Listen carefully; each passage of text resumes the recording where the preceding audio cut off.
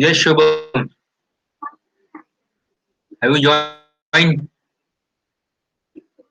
or just joined and left?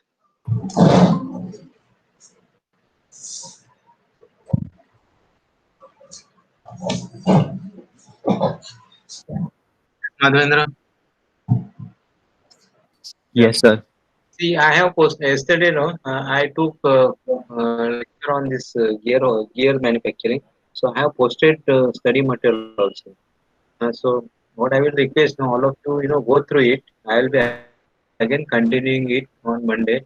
Uh, but it may not be possible to repeat each and every word. I will revise it, but it's better you go through that, um, presentation, whatever I have in the classroom.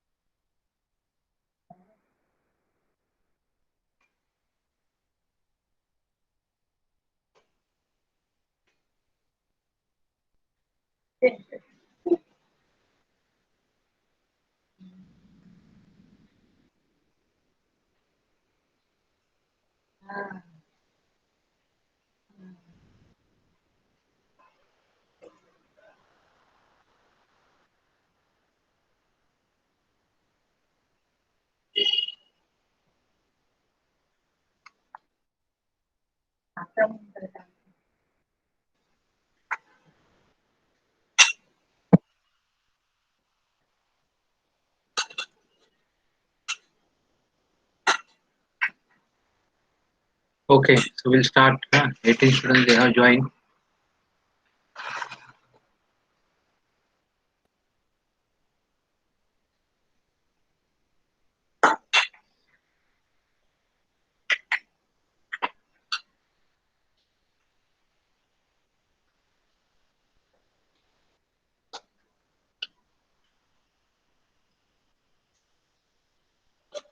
So we have done with this conventional representation of materials. We know now what is bolt, what is nut. This is a square-headed bolt. This is square nut. This is for the cheese head bolt. There are two nuts are provided for locking purpose. We also seen keys. What is key? Key is used to avoid the relative motion. Uh, Key is used to avoid the relative motion between the shaft and the hub. There is no slip. We have seen the purpose of saddle key. We have seen the purpose of woodruff key. Woodruff key is important, which is used for alignment. That is for adjusting the height of the tool. We also know that if you know one parameter, then we can find out the or we can estimate the other parameters. You should know only. You should not remember. No need to learn this. And then we studied, little bit of this, like what is straight knurling, what is diamond knurling, what do you mean by square on the shaft, how to represent the square on the shaft, then how to represent holes, most importantly, how to represent the bearing. So bearing is represented by this. This means there is a bearing on the shaft here, and then you have to write down that bearing. It will only tell you that there is a bearing, but it will not tell you what kind of bearing it is, whether it is ball bearing, roller bearing, taper roller bearing. That you have to write here. Ball bearing 6204 or double row ball bearing. But even if you write simply bearing 6204, so that is also understood because that code will indicate whether it is ball bearing, roller bearing. Then screw, screw threads, how to represent the screw threads, that it is shown by two lines, and if it is external, then from the inside you will show 3/4 circle, and if it is internal thread, then from the outside you will show the 3/4 circle. Generally, there is a convention also. This 3/4 circle also you have to show in the first quadrant. See now here, this 3/4 circle is randomly coming in second and third quadrant, but generally we show that 3/4 circle is in the first quadrant. Nobody looks so meticulously, but if it is shown like that, it is adhering to the standards. Then spline is nothing but the number of keys. Spline is nothing but the number of keys. Before this, I will show you quarter joint because that is there in the syllabus. Or how many are this will take time. So let me show you that quarter joint because in the module one it is mentioned quarter joint, that is this where it is machine elements here. Preparation of 2D drawings of standard machine element, that is nuts, bolts. You know what is nut, you know what bolt, what is key, then quarter. So before you go for the screw, I will tell you what is quarter is. Quarter is nothing but it is used for and joining uh, shafts, joining the shafts. So I'll show you this. So this is what is called the quarter joint is.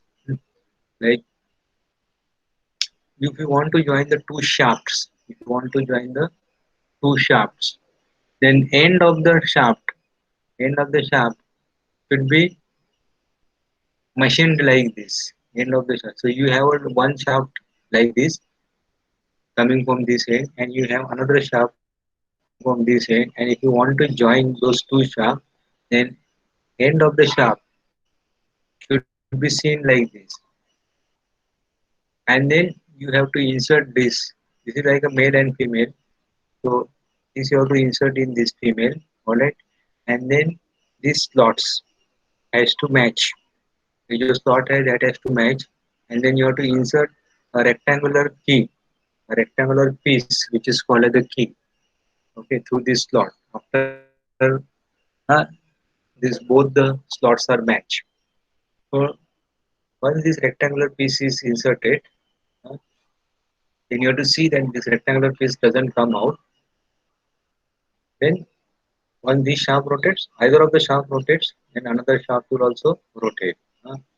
So this is how the quarter joint is helpful, for joining the two shafts. For joining the two shafts.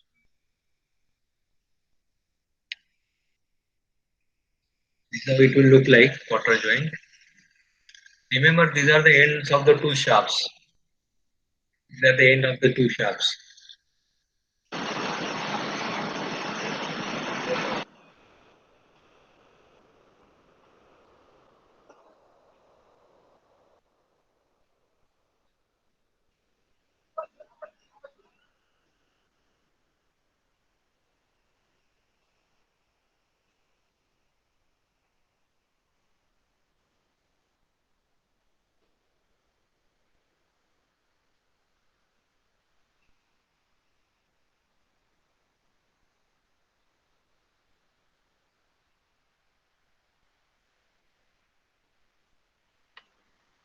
This is what the slot is.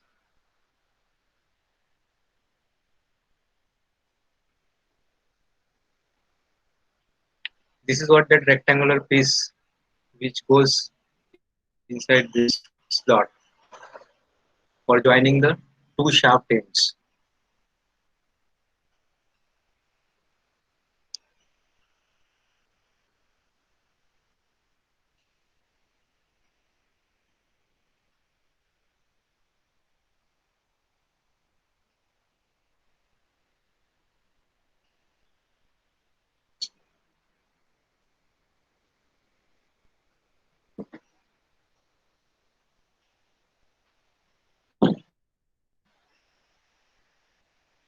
Now this rectangular piece is inserted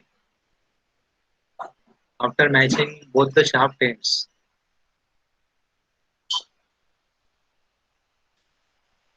Now this is what is complete assembly is, and this is what is called as a quarter quarter joint. This is called as the quarter joint. So you have one end of the shaft, you have another end of the shaft, and you have a rectangular key. Now definitely this key will not fall down in this direction, but it may fall down from down to up in this direction. From down to up, there are chances. So that is the only one drawback in this quarter joint assembly. So for that you have to lock it from the down.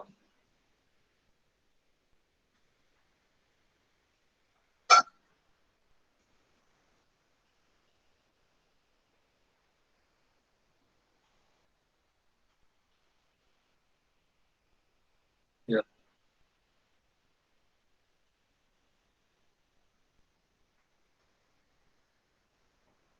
So I have shown you this quarter joint assembly. Now let me show you how does it looks like. That is description. This is how it will look like. You can see the screen, no? Hello? The screen is visible, no? Yes, sir. Yes, sir. Madhvendra, the screen is visible, no? Madhvendra? Yes, sir. Yeah.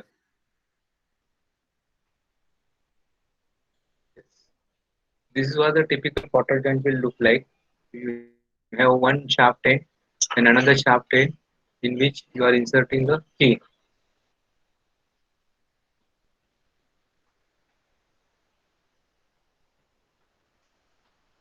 Again, there will not be any theory questions because we have only practical exam only.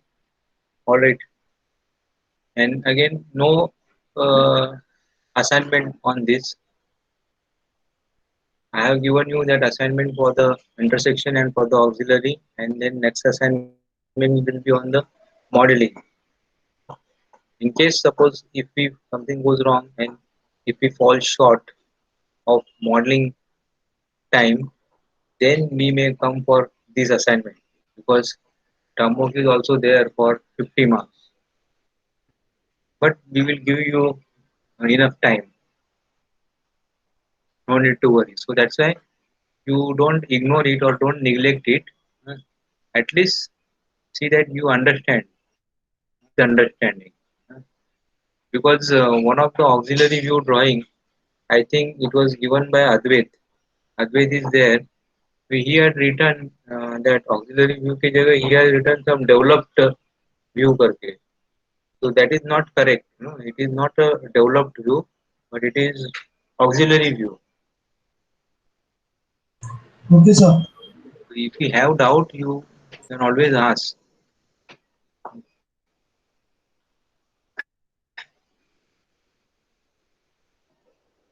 So quarter joints can fail because of the tension. Tension means you are applying load longitudinally.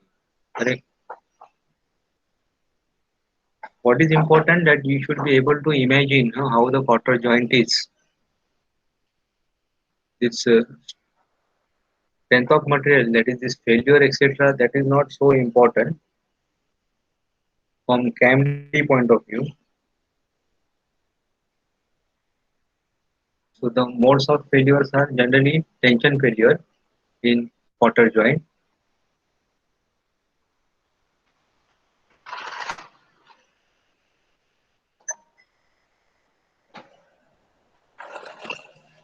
Again, this is also a tension failure.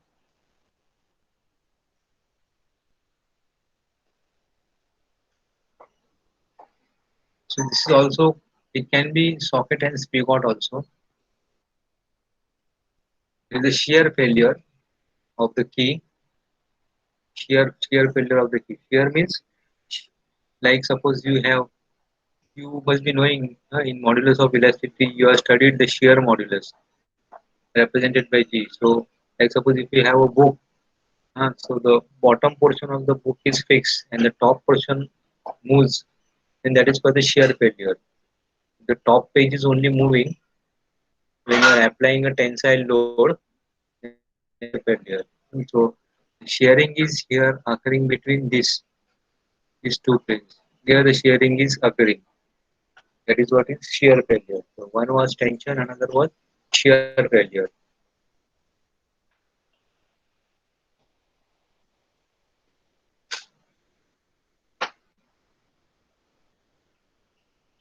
And third is bearing failure. Bearing means where the mating part is. This bearing doesn't mean that ball bearing or roller bearing. It means the mating circular part. There the failure can happen, and that is what is called as the crushing failure also. So what is important in this is uh, only first figure this.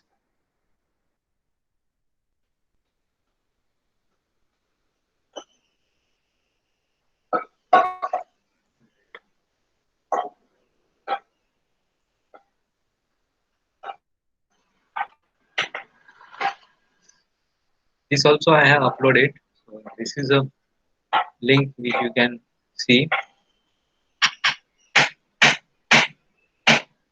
So socket is nothing but the hollow part in which your spigot goes. Now this is important, this diagram. The spigot, or you can say spigot is nothing but the male part and socket is nothing but the hollow part. Spi- Socket is hollow part and spigot is male part, and then this is key or it is also called as the quarter. is also called as the quarter.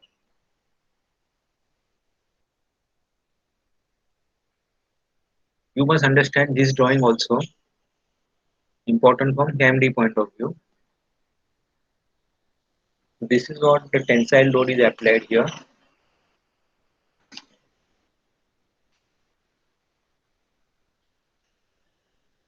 This is spigot is nothing but the male part. Male part is this.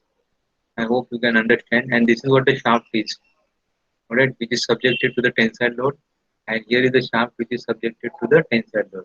The female part is called as the socket. अपना जो electrical का socket रहता है ना जिसमें कि we put the plug. The plug is male and socket is female.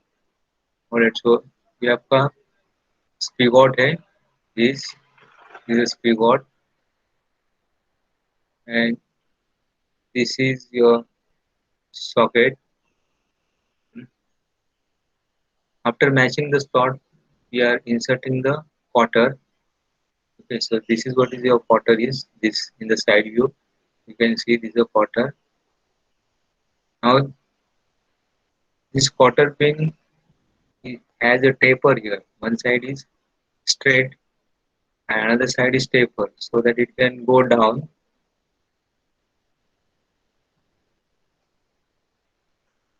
But up to certain limit. Then further it will not move down. It can move only up only.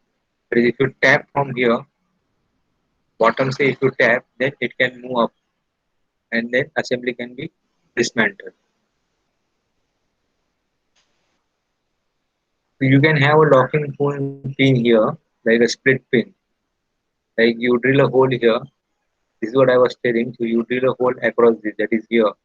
Somewhere here you will see drill and then put a split pin here. So that now, if you want to remove this quarter, then first you have to remove the split pin, then remove the quarter, and then dismantle the socket and spigot.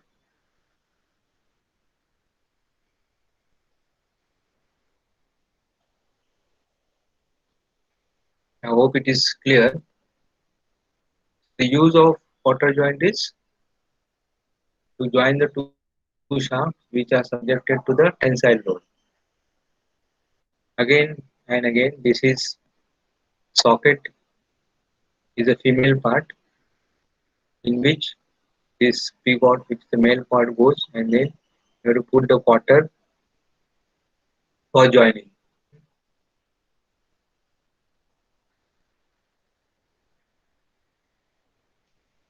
So it is made out of three parts only: spigot, socket, and quarter.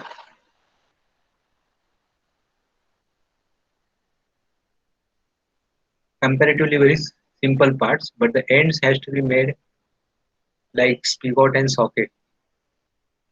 So you have to modify your shaft which is round at the end.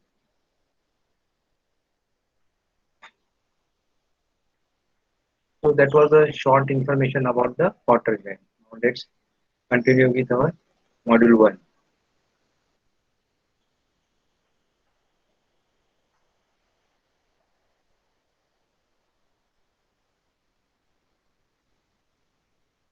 In case if you have doubt here, you please ask.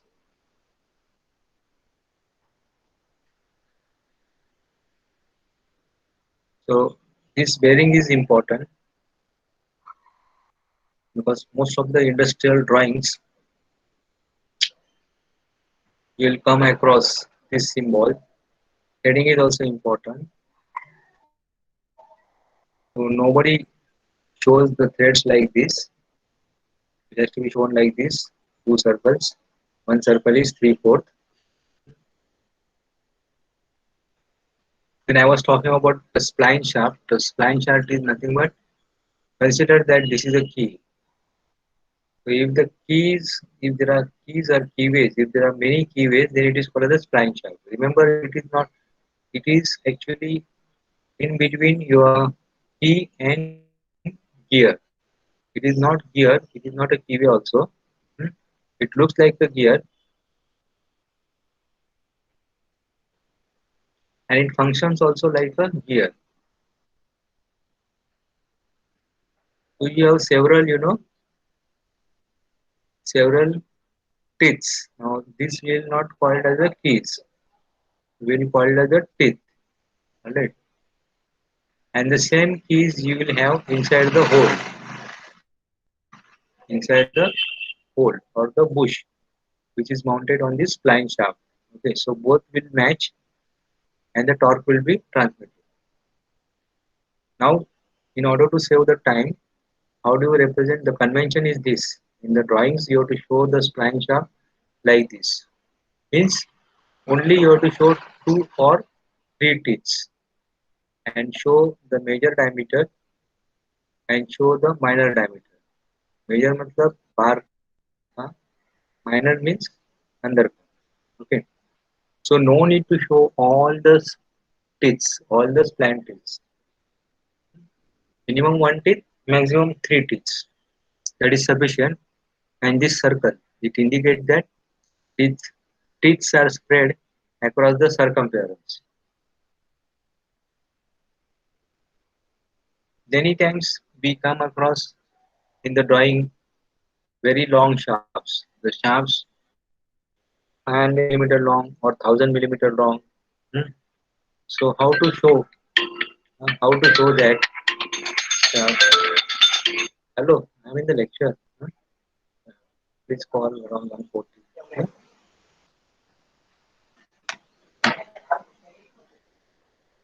So these shafts are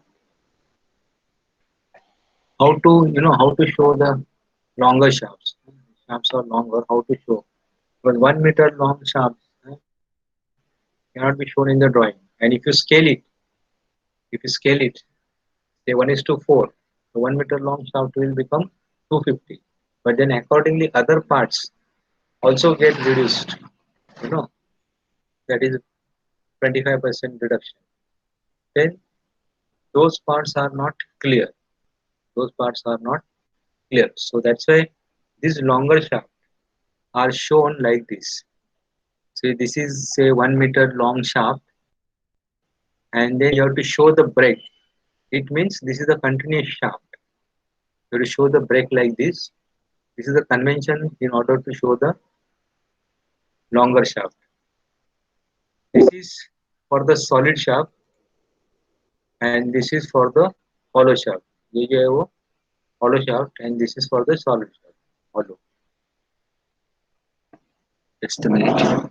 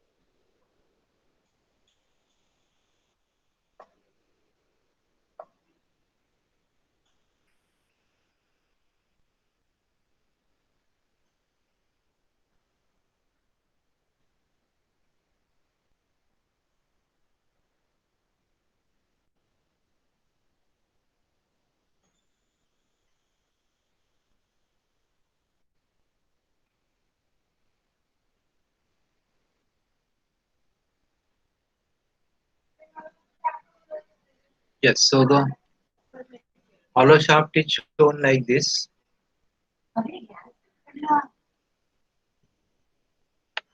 but if it is longer, then again these breaks are shown.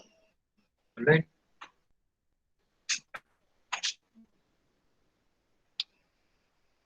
These are the springs, semi-elliptical lip springs, which are used in the suspensions. They are used in the suspensions of the larger vehicles, like a truck. These lip springs are used to take the unevenness of the road. The roads are not flat; it's up and down, uh, so that shocks should not be transferred to the customer or to the passengers who is sitting inside. So lip spring will absorb the shocks. That's why it is also called as a shock absorber. Hmm? Now, how to represent this lip spring? It is simply represented by semicircle. We cannot call exactly semicircle because this line is not straight; it is curved. So both this semi-elliptical lip spring as well as this semi-elliptical lip spring with eyes. This is what is your eyes. They are used in trucks, bigger trucks, larger trucks. This has got semi-elliptical lip spring. It has got a pivot of things. What are the eyes with the eyes? This is what is a pivot or hinges. Pivot or hinges. So the right hand side it shows how to represent in the drawing, and the left hand side it shows how does it look physically. In actual, how does it look? Then these are the springs, and these springs are used. These are the heavy springs which are used in railway coaches, compartments again to take the again to take the or absorb the shocks. Because ours is not a completely flat, so it keeps on moving up and down. So the shocks, it is up and down.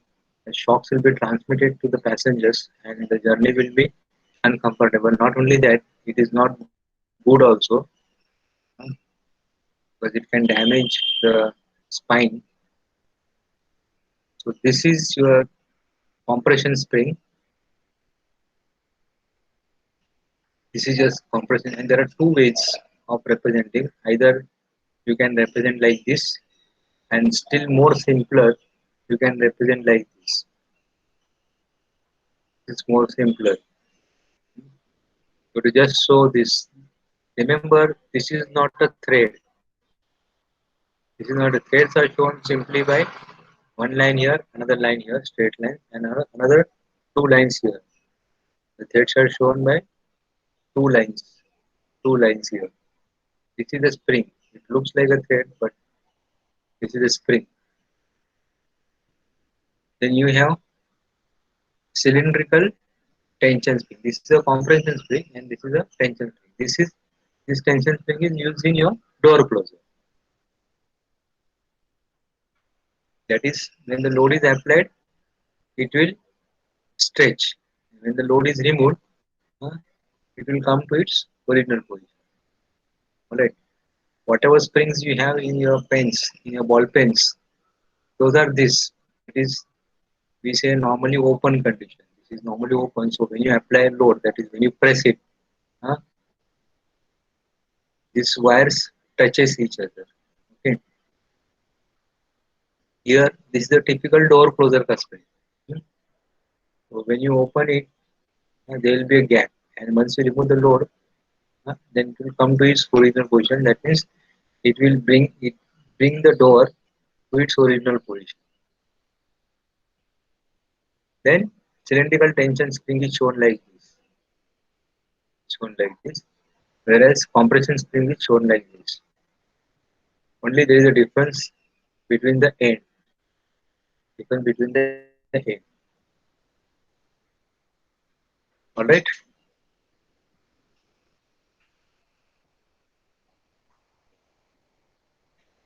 Just have a look on these two diagrams.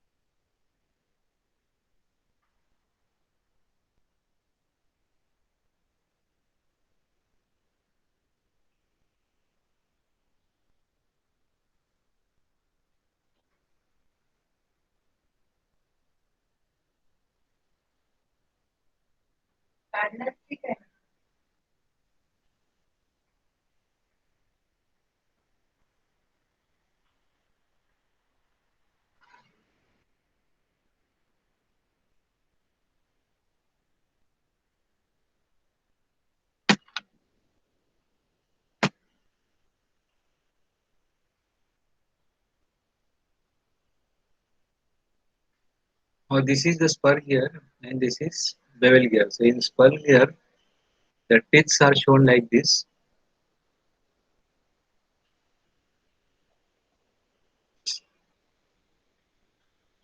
Now both the views you have to show in case of gears.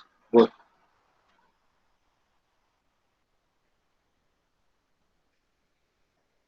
This represents the teeth and there are many teeth here.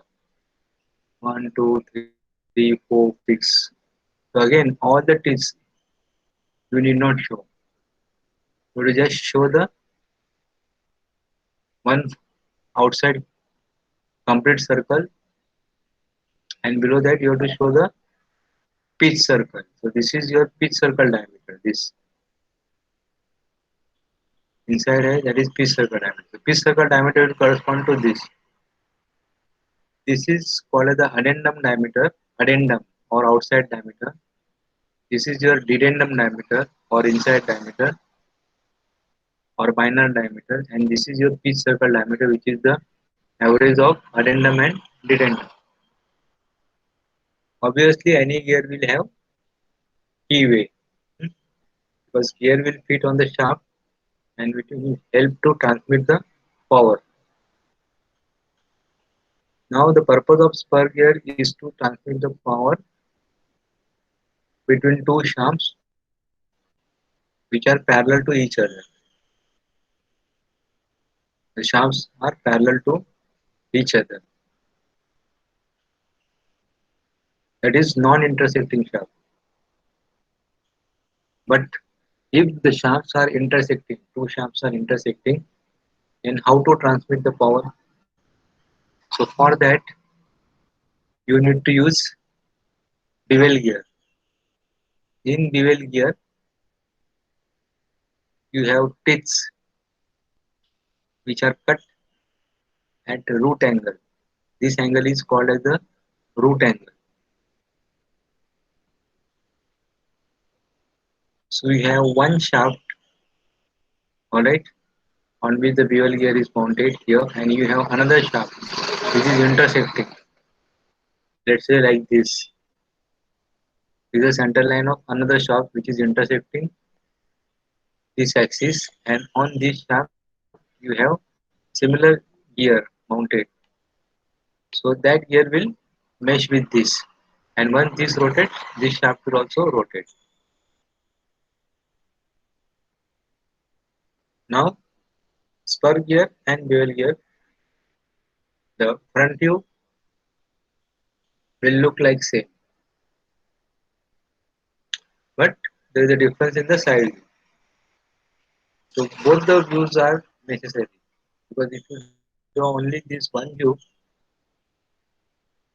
reader will not understand whether it is spur or whether it is bevel. unless and until you draw another view. That is your bevel gear. Hmm. Then you have worm and worm wheel. Hmm. So I'll tell you the application worm and worm wheel. Just have a look on this.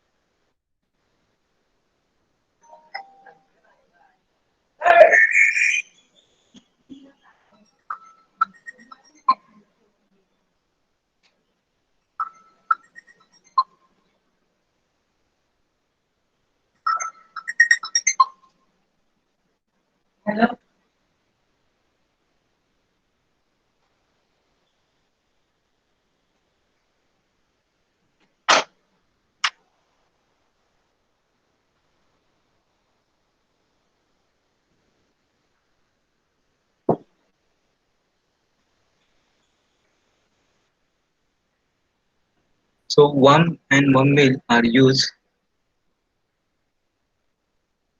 when the reduction ratio is high. When the reduction ratio is high. Now these are the teeth on the worm wheel. These are the teeth on the worm wheel. And worm is also having threads. Worm also has a threads. So worm will look like a threaded shaft. Worm will look like a threaded shaft, and worm will have a typical teeth like this.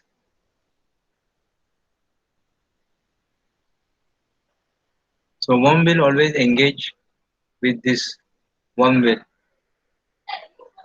will always engage with this worm will.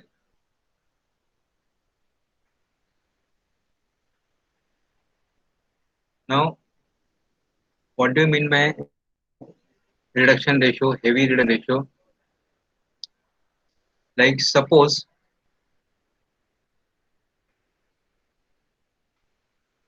I want to have a reduction ratio of say 20. If I want to have a reduction ratio of 20 teeth, minimum number of teeth on the gear should be 18. Minimum number of teeth on the gear should be 18.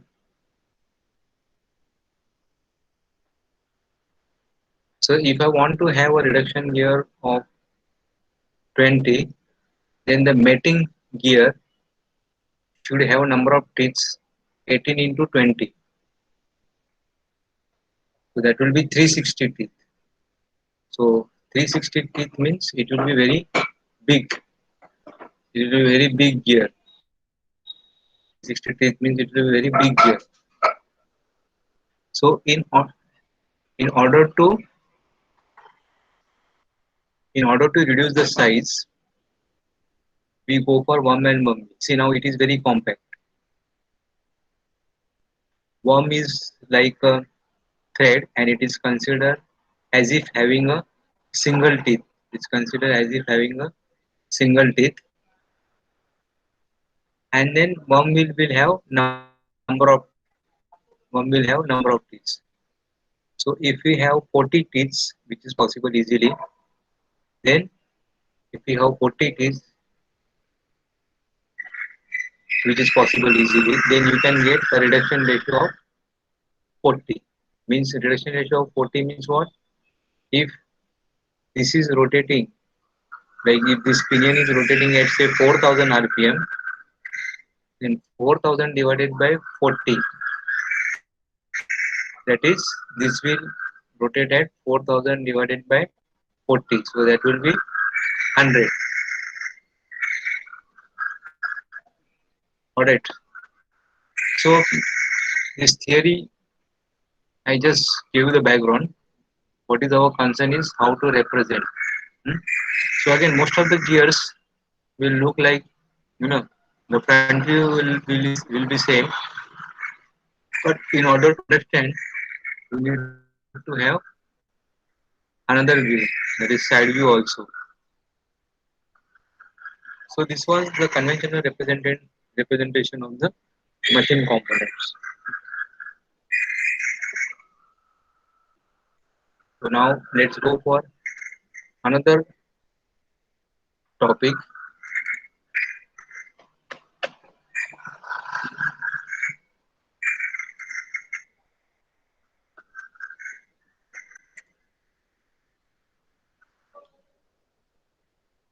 that is what are the limits, fits and tolerances.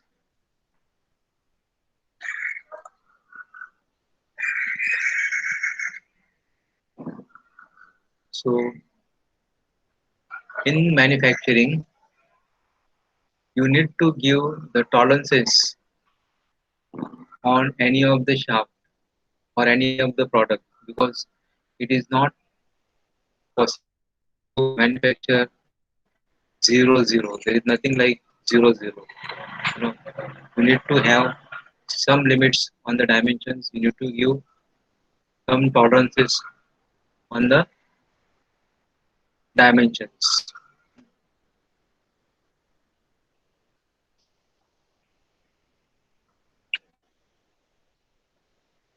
So let's study that. What is that limits, fits, and tolerances?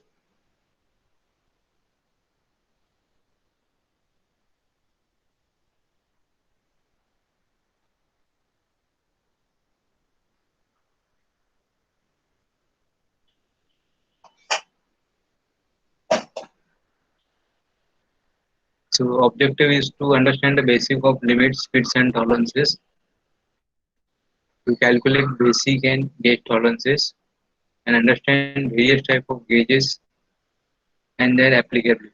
Hmm. Again, maybe in the orals, some questions will be asked, and in case if we fall short of modeling assignments, then this can be given as a assignment. Hmm.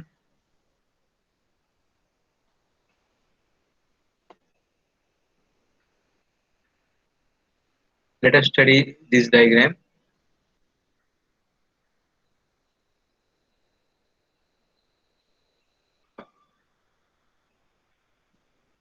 Or before going to this diagram,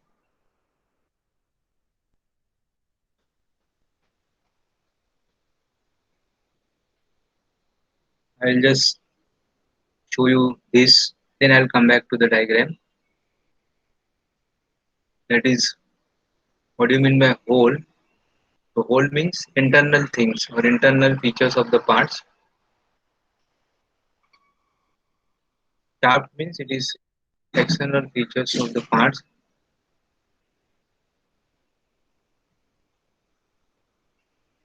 Then deviation means actual size minus basic size. That is real dimension minus theoretical dimension. Like suppose 9 o'clock is the lecture and somebody has reported at 9:10, so deviation is 10 minutes. So same actual size and basic size. So either dimension or theoretical dimension. Like actual size 50.00. So actual size is say 50.5 and basic size is 50.00. So the deviation is of 0.5.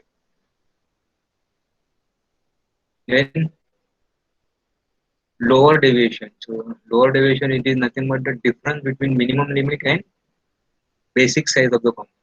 Like you specify like 50.00. So you specify 50.00. It is allowed till 50.5 and 51.0. So I say 50.00 plus zero point 0.5 and plus 1 mm. So minimum limit is 50.5 and maximum limit is 51. But the basic size is 50. Okay, so lower deviation will be minimum limit minus basic size. So minimum limit is 50.5 and basic size is 50. So lower deviation will be 0.5.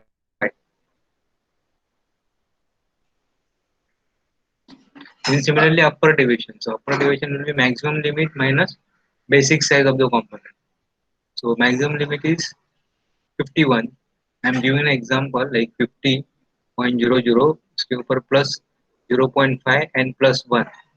Uh, So upper division will be 51 minus 50. Maximum limit minus the basic size. So upper division will be 1. What is basic shaft? So basic shaft is nothing but whose upper division is 0. That is this. Or where maximum limit size is equal to the basic size. Means there is no upper division. Alright. Means it will have only lower division. So that means if 50.00, if I am talking that it is basic shaft, so its maximum size will be 50.00 only, and its minimum size will be less than 50. So maybe 49.5. I am making it. I hope I am making it clear. Suppose if it is a basic shaft, then its upper deviation will be 0. Suppose if the shaft is having a size of 50.00, so since the upper deviation is 0, and if I have to call it as a basic shaft, then its size will be 50.00, and it will have tolerance only on lower side. That is, it can be 49.5. And if it is basic hole, then it can have lower deviation as 0 and upper deviation. That is, if it is suppose 50.00 hole, okay, then it will have upper deviation. That is 50.0, 50.5 or 50.1. That is what is called as the basic hole. So its lower deviation is 0 or minimum limit size is equal to the basic size. So that's what your basic hole means. So basic shaft, like say shaft having size of 50, it can go on minus side, and basic hole it can go on plus side. Why this is? Because see shaft, when you take a turn, then it will reduce. The size will reduce. That's why upper deviation is 0. You know the concept of turning. That is shaft. When you turn it, its size will reduce. Alright. Whereas hole, if you bore it, its size will increase. That's why in case of basic shaft, upper deviation is 0, and in case of basic hole, lower deviation is 0. Hmm? And then tolerance, it is defined as the difference between maximum limit and minimum limit, like 50 plus zero point 0.5 and plus 1. So what is the maximum limit? 51. What is the minimum limit? 50.5. So what is the tolerance? 0.5. If it is 50, say plus zero point 0.1 and minus zero point 0.1. So what will be the tolerance? 50.1 minus 49.9. So that is nothing but 0.2. That will be the tolerance. Suppose if it is 50 minus zero point 0.5 and minus zero point 0.6. 50.00 is the basic size, and one limit is say minus zero point 0.5 and another limit is say minus zero point 0.6. So what will be the tolerance? Zero point 0.6 minus, so that is zero point 0.1. Zero point 0.1 is the tolerance.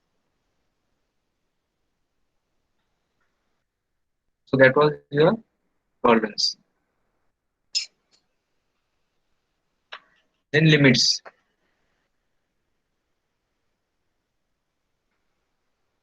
So as I said, now let's talk about shaft. So I have been giving the example of 50. Okay, so 50, I said plus zero point 0.5 and plus 1. So what is the minimum limit? 50.5 and 51. So shaft having size between 51 and 50. Shaft having size between 51 and 50 will be acceptable. So the maximum limit is 51 and the minimum limit is 50.5. And the tolerance is this maximum limit minus minimum limit.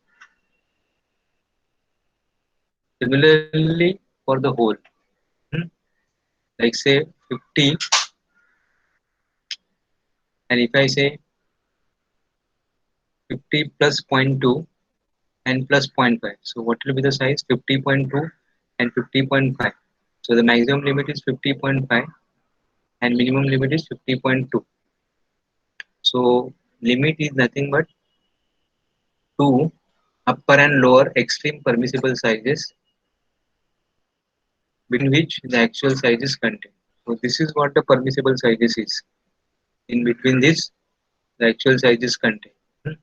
So any size between this is allowed. So if I say 50 plus zero point 0.5 and plus 1, so 50 is not allowed, 50.1 is not allowed, 50.2, 50.3, 50.5 is not allowed. Only between 50.5 and 51 it is allowed. Why the tolerance is required? Because it is difficult to manufacture, same size, say 50.00. I cannot manufacture all the 1000 components exactly as 50.00. If you ask me to come 100 times, let's say 7.00, it may not be possible. Sometimes it will be 7 plus 5 minutes, sometimes minus 5 minutes, sometimes I make a still early 10 minutes, depends upon how do I get the transport. Hmm. That is what the need of tolerance is. It is difficult to manufacture 00, hmm, because of the properties of the material. Because some material may be soft, some material may be hard, some may be medium. Then depends upon the operator also. If the operator is skilled, if the operator is skilled, then he can make 50.00. If his method is correct, he can make 50.00. But operator is not skilled, he may spoil the job. If his method is not correct, he may spoil the job. So that's why we have to give tolerance. That is manufacture within say plus minus zero point 0.5. So that skilled operator, whether or semi-skilled operator, will be able to manufacture. Shift, shift. See, the tolerance will also, the shift will also matter. Like say first shift, second shift, and third shift. Usually the third shift we get lot of rejections. Hmm. So in order to accommodate this, third shift may we generally give the work which is easy most work we give it to the third shift operator because we know uh, the chances of error are more in the night shift. Whereas any tough job or difficult job, uh, we do it in the first shift. Uh, then machine tools also, that is the type of machines. Some machines are very accurate. That is, we say brands. Quality is good. So the machines which are accurate or the branded machines mm, can give good accuracy. But it is not possible that you will always have good machines. Sometimes you have to work with the old machines also. So you need to give some amount of tolerance.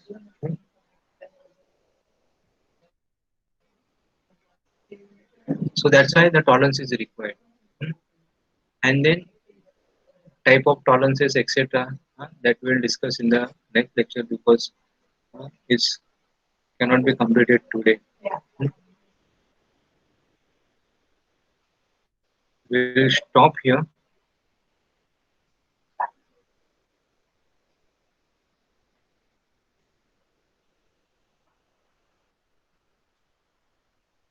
Let's stop here. If you have any doubt, you please ask. Otherwise, I don't want to block your lunch. Maybe hungry.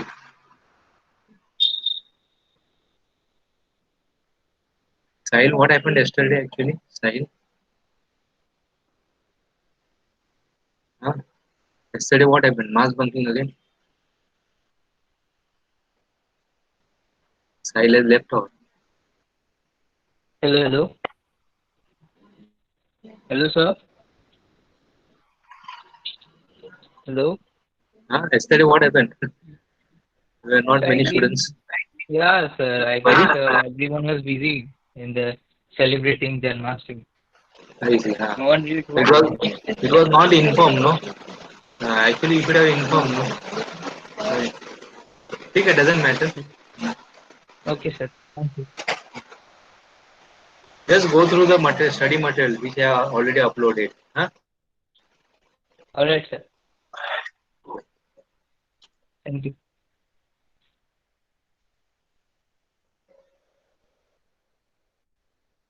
Alright, thank you.